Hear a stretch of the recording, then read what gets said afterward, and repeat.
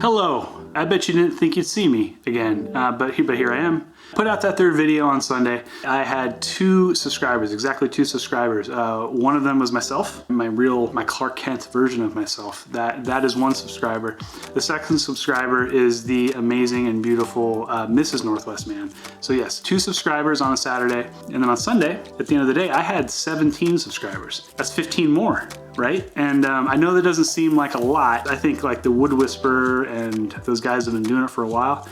I think at this point they've got to have like, 100 subscribers or more, maybe even 500.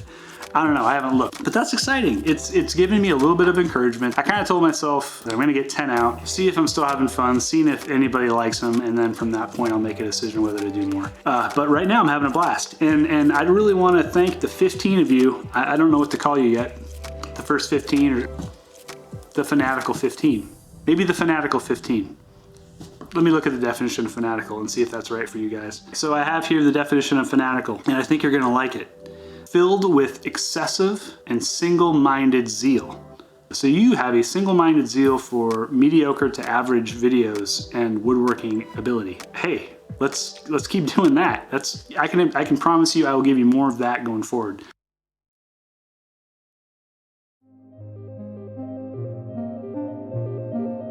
All right, so the pandemic, right? It sucks. It is frustrating for so many reasons. We have been pretty much in lockdown for a year. Nothing's really open. You're supposed to stay in. Everybody wears masks, and for the most part, back in March of 2020, everybody was told to go home and work at home. And while that's cool in some ways, it's really just absolutely terrible in other ways. And one of those is ergonomics of the home office situation. And my company actually gave me a little bit of an allowance to go buy some ergonomic stuff. So I bought a chair and a mechanism that could be attached to a tabletop that would allow me to have a sit-stand desk, which is what I have at work. So I've been using that for a while. My wife kept holding on to the dream that her office would do the same thing. They never did. We ended up just breaking down, and we got the same mechanism that I got from my company, and we're gonna make a desktop for it. So I've made a couple desktops now to go on these sit-stand motorized bases. It's not rocket science. There's about 3 rules I think you need to pay attention to. The first is you need to mill that stuff up really well. If you have a joiner and a planer and a table saw, you can mill your own wood, just do that. If you have to get the stuff from the store, it's probably okay. If you have some hand planes or like a joiner plane or something, go ahead and throw that in the workbench and just give it a couple good little scrapes so that you can at least get a tight glue up. The second thing to pay attention to is a lot of us sometimes don't have a jointer or a planer that is set up perfectly, okay? So that 90 degrees that you're running for the joiner, it may be 90, and you may be just fine, but it may be like, 89.7 degrees and 90.3 degrees. I think that adds up, right? And if that's the case, you're still gonna be okay. What you've got to make sure to remember though is that you've got the 89.7 and the 90.3 butted up against each other correctly. You don't want to have a 90.3 and a 90.3 and you've got a nice tight seam on top and then you've got like a gap on the bottom. What that's going to do is it's going to make your panel actually curve. So that's the second thing. Good right angles or account for the fact that they're not quite right. And then the third thing, which I think is really important, it's something I learned on my workbench.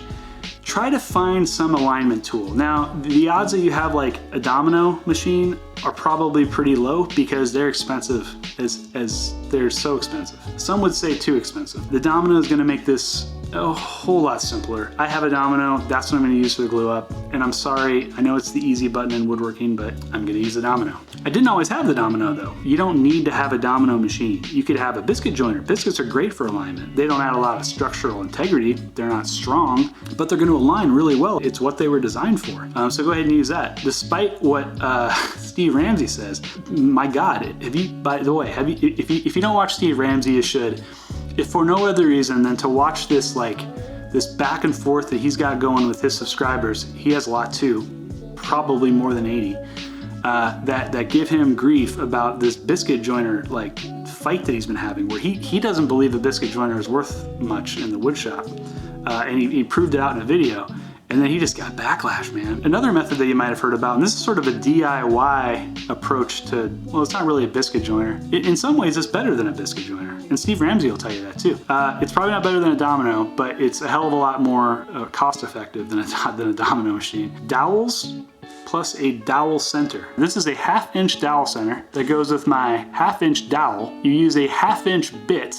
I use this on the workbench. That's how I made my workbenches. I use these things because I didn't have a domino at that point. So those are sort of the 3 ways that you can align your top, and you can do this like for lots of things, like again, the workbench or panels for maybe it's going to be a chair seat, or in this case, it's going to be a desktop.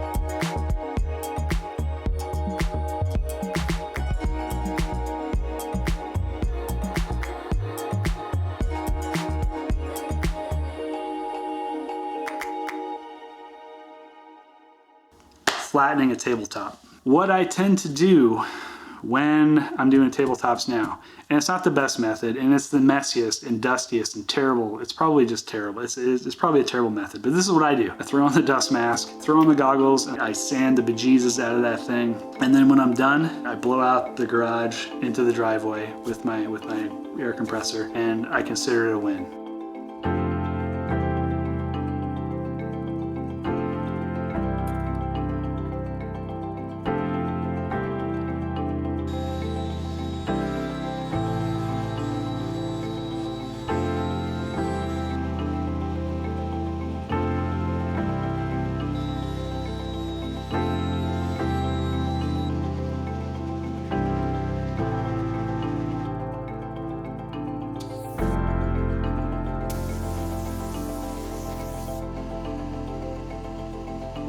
I implore you to find a different method for your own sanity and health.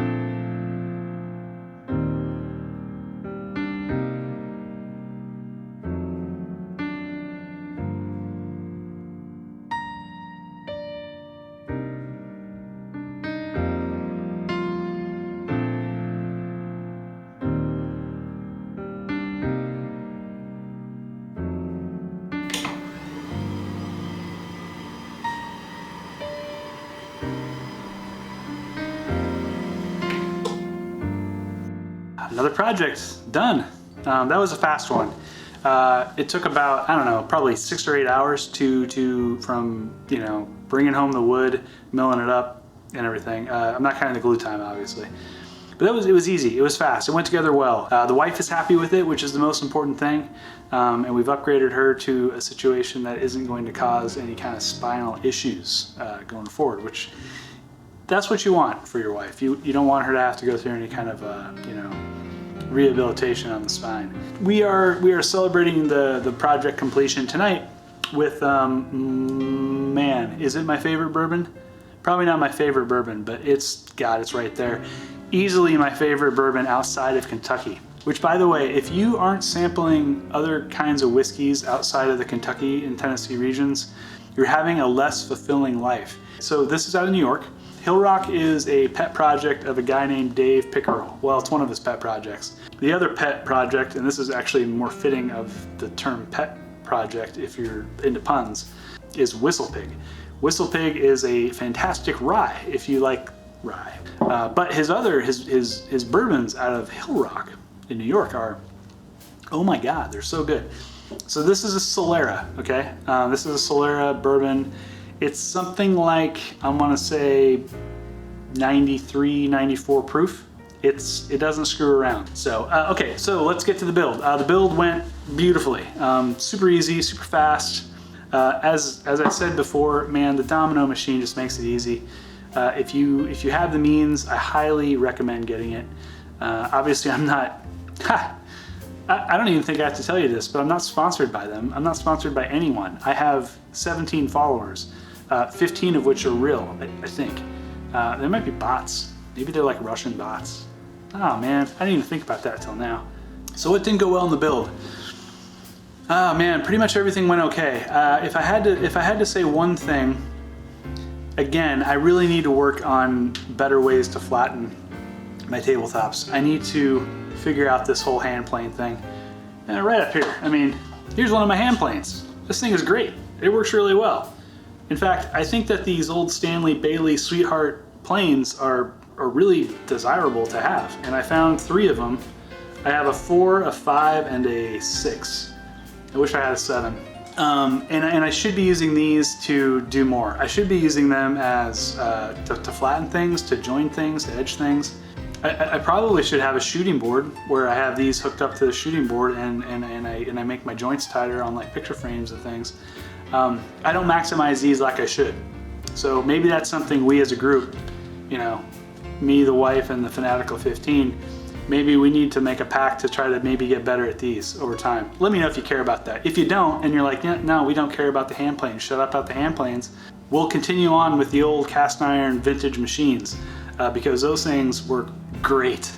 And in fact, they've probably, they work too well because it comes at the expense of my ability to use hand tools that I use those. Okay, so that's it, man, that's the build. Let me know what you liked, what you didn't like. It's okay, by the way, I don't have any dislikes so far in my videos. There's only, you know, God, there's probably a couple hundred views total, but I don't have any dislikes yet. I know you guys don't like some stuff. It's okay to dislike it, just tell me what they are, and tell me where I can improve. But the likes are always really appreciated too, so thanks for that, guys. You guys have been great. So, as always, it was a great time making this. Pretty simple, pretty easy build, I know. But I had a good time. Had a good time making the video. I hope you liked it. Let me know what you like, what you didn't like. And thanks for coming along. And I'll see you next time.